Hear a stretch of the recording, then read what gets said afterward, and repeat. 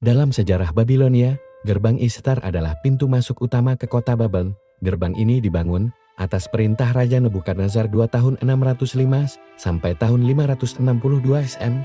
Pembangunannya merupakan bagian dari sang raja untuk menciptakan salah satu kota paling indah dan kuat di dunia kuno. Gerbang ini dilapisi batu bata lapis lazuli yang akan membuat fasadnya bersinar seperti permata, barisan relief singa, naga, dan auros yang melambangkan dewa-dewa yang perkasa yang berprosesi.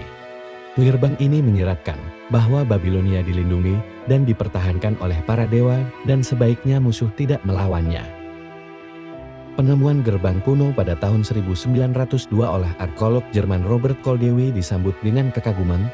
Rekonstruksinya pada tahun 1930 mengungkapkan kemegahan arsitektur gerbang termegah dalam sejarah Babilonia itu. Gerbang Ishtar bukan sekadar simbol pencapaian pembangunan bangsa Babilonia. Gerbang megah ini melambangkan keyakinan agama dan adat istiadat kekaisaran Babilonia yang pernah berkuasa.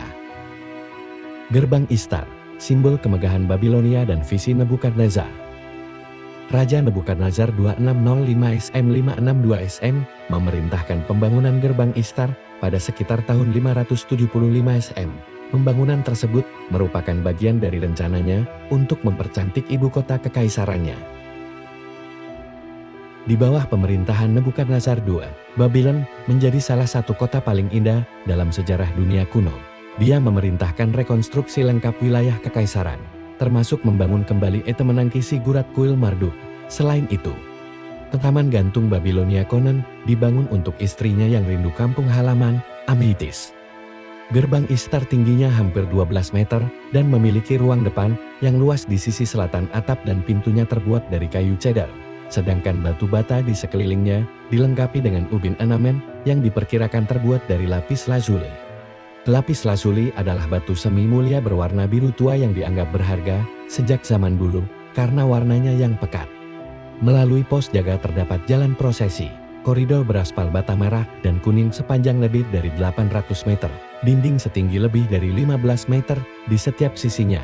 Dindingnya dihiasi dengan lebih dari 120 gambar singa, banteng, naga, dan bunga, terbuat dari ubin bernamel kuning dan coklat. Terdapat prasasti berisi doa dari Raja Nebukadnezar kepada Dewa Utama Marduk. Setiap tahun, patung Dewa Marduk diarak melalui gerbang Ishtar dan menyusuri jalan prosesi untuk perayaan Tahun Baru. Penggambaran dewa di gerbang Ishtar. Sesuai namanya, gerbang Ishtar didedikasikan untuk Dewi Babilonia Ishtar, Dewi kesuburan, cinta, perang, dan seks. Dia adalah mitra dari Inanna Sumeria dan personifikasi ilahi dari planet Venus. Dari pintu masuk besar gerbang Ishtar, terdapat jalan prosesi, sebuah jalur yang dilapisi dengan relief pahatan singa, auroch banteng, dan naga. Konon Nebukadnezar II memberi penghormatan kepada dewa-dewa Babilonia melalui representasi binatang. Singa dikaitkan dengan Ishtar sebagai dewi perang dan pelindung rakyatnya. Ishtar yang bersayap digambarkan memegang busur dan anak panah, serta mengendarai kereta yang ditarik oleh 7 singa. Sang dewi kadang-kadang ditampilkan berdiri di belakang seekor singa atau ditemani 2 ekor singa. Auroch adalah jenis sapi liar besar yang telah punah, yang menghuni Eropa, Asia, dan Afrika Utara. Sapi jantan muda diasosiasikan dengan adat, dewa cuaca dalam sejarah Babilonia.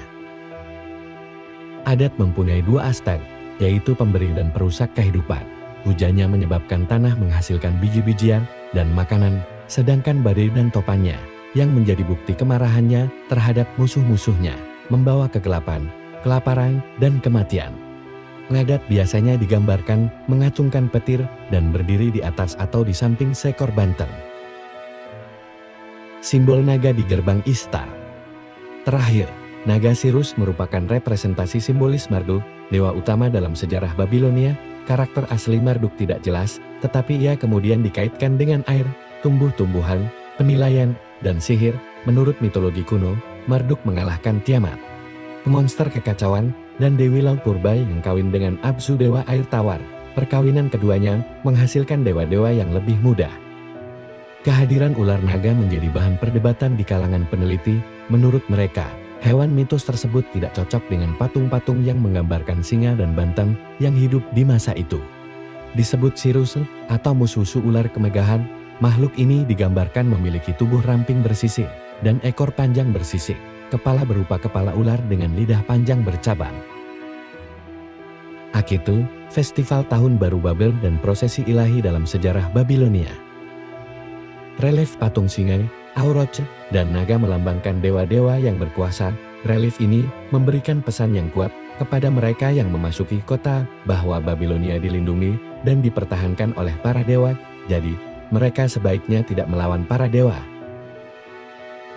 Setiap musim semi, prosesi besar yang melibatkan raja, anggota istananya, pendeta, dan patung para dewa melewati gerbang Ishtar. Mereka berjalan di sepanjang jalan prosesi menuju kuil Akitu untuk merayakan festival Tahun Baru. Prosesi memesona para dewa dan dewi dengan mengenakan pakaian terbaiknya.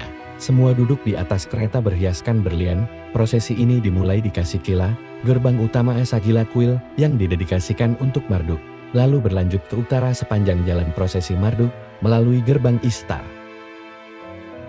Nama Akitu berasal dari bahasa Sumeria yang berarti barley. Perayaan ini menandai penaburan barley di musim gugur dan pemotongan barley di musim semi. Festival Akitu dilanjutkan sepanjang periode Seleukia 312-63 SM dan hingga periode Kekaisaran Romawi.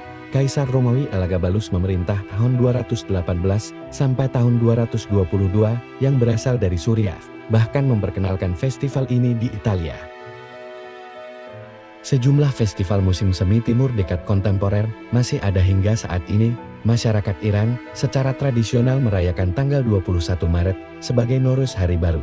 Sedangkan Habi Nisan adalah nama festival musim semi yang dirayakan di kalangan masyarakat Asyur pada tanggal 1 April. Upaya restorasi dan pelestarian Gerbang Ishtar. Kini Gerbang Ishtar sedang menjalani restorasi yang dipimpin oleh World Monuments Fund (WMF), dimulai pada tahun 2018 dan dijadwalkan selesai pada tahun 2023. Proyek ini berfokus pada penyelesaian beragam tantangan. Salah satunya adalah masalah fluktuasi permukaan air tanah yang berdampak pada kelembapan pasangan bata, sekaligus menjaga material asli gerbang. Pada tahun 2022, restorasi fasad utara gerbang telah diselesaikan.